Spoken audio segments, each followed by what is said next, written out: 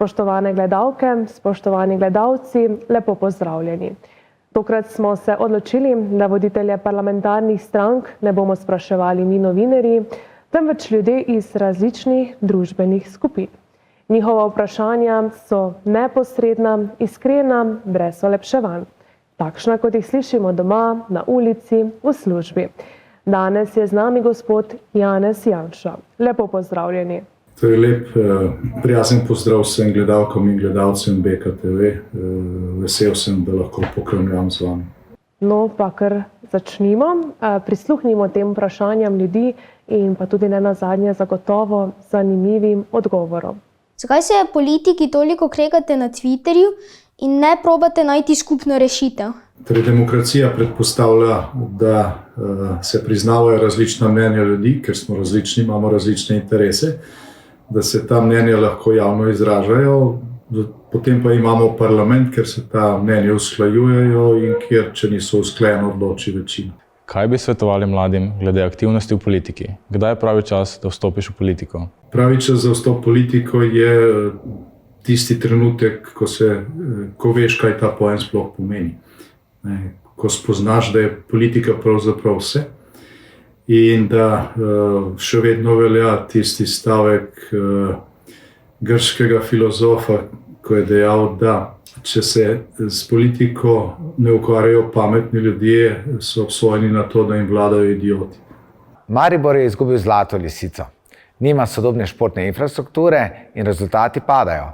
Ali boste kot predsednik vlade podprli konkreten državni infrastrukturni projekt za Maribor, da ali ne? In kateri športni objekt bi bil vaša prva prioriteta?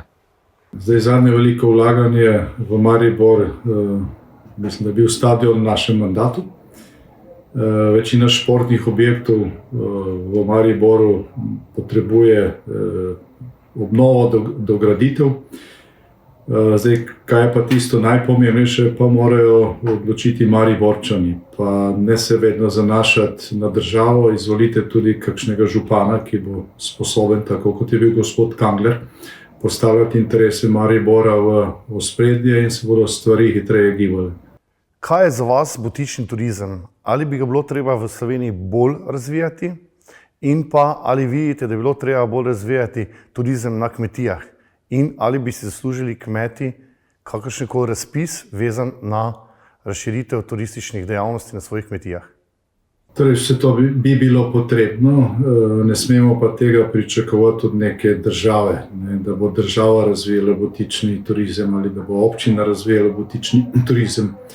Država in lokalna skupnost morata ustvarjati pogoje z ustrezno davčno politiko, z kratkimi postopki, z oglaševanjem, tam ko gre za oglaševanje državnih turističnih destinacij. Vse ostalo pa je stvar podjetnega, svobodnega človeka. Pogosto odgovarjate z navedbo, da so bile nekatere razmere v zdravstvu v času vaših vlad boljše kot danes.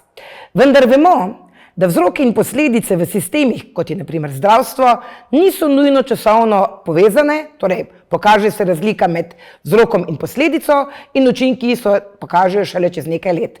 Katere odločitve na področju zdravstva, sprejete v času vaših vlad, so se potem takem izkazale za napačne ali vsaj kratkovidne, če je danes stanje slabše, kot je v času vaših vlad? Če nobena, ali to pomeni, da po vašem mnenju vaše vlade niso prav nič prispevale k današnjim težavam v zdravstvu? Težko razberemo racionalno jedro iz tega vprašanja. Obstajajo številke, obstajajo podatki, ki se jih da primerjati. Eno od takih ključnih podatkov je, koliko se je povečalo število čakajočih v čakalnih vrstah, koliko so se te vrste podaljšale v kakšnem mandatu. In lahko natančno vidimo, kakšna zdravstvena politika se pelje. Je pa res, da težave v slovenskem zdravstvu niso odvčeraj, ni pa nobenih pametnih razlogov za to, da bi bilo stanje v zdravstvu, ali pa da bi na nujne posege v zdravstvu danes čakali dlje kot v času covida, ko je bil zdravstveni sistem drastično preobremenjen, pa je bilo stanje vseeno boljše. V vaših mandatih pogosto poudarjate razbremenitev gospodarstva. Zato me zanima, kako boste kot država zagotovili, da se davčna, delovnopravna in plačna pravila vsaj 5 let ne bodo spreminjali brez soglasja gospodarstva, ne glede na politične cikle. No, edina varovalka, da se zagotovi stabilnost davčne politike pa gospodarskega okolja, je sprememba ustave, zato mi govorimo, da potrebujemo ustavno večino razuma. Ustavo je potrebno zapisati davčno sidro, ki na ustavni ravni omejuje možnost posega vsakokratnih vlad v žepe davkoplačevalcev ali gospodarstva, v bilance gospodarstva preko razumne meje. Predlog imamo pripravljen in bomo delali na tem, da dobimo za to 60 razumnih glasov v parlamentu. Kolikokrat mora država pasti v konflikt, da priznate, da ste del problema, ne rešitve? Jaz mislim, da so največji problem ali pa največji del problema tisti volivci, ki mislijo, da so vsi enaki, ki ne znajo ločiti med dobrimi in slabimi ponudbami in zaradi tega tudi velikokrat ne gredo na volitve. Tako da tukaj se problem začne. Težave z območji, z omejenimi dejavniki, ali se strinjate, da je problem strmina, ker po sedanjem točkovanju je nadmorska višina. V sosednji Avstriji se najbolj upošteva strmina. Ja, drži. Jaz sam prihajam, oziroma sem bil rojen na kmetiji. Bili smo na nadmorski višini nekaj več kot 350 metrov, ampak na bregu, in je bilo delo tam težko, bistveno težje kot na kmetiji, ki je bila v dolini. Zato se strinjam, seveda.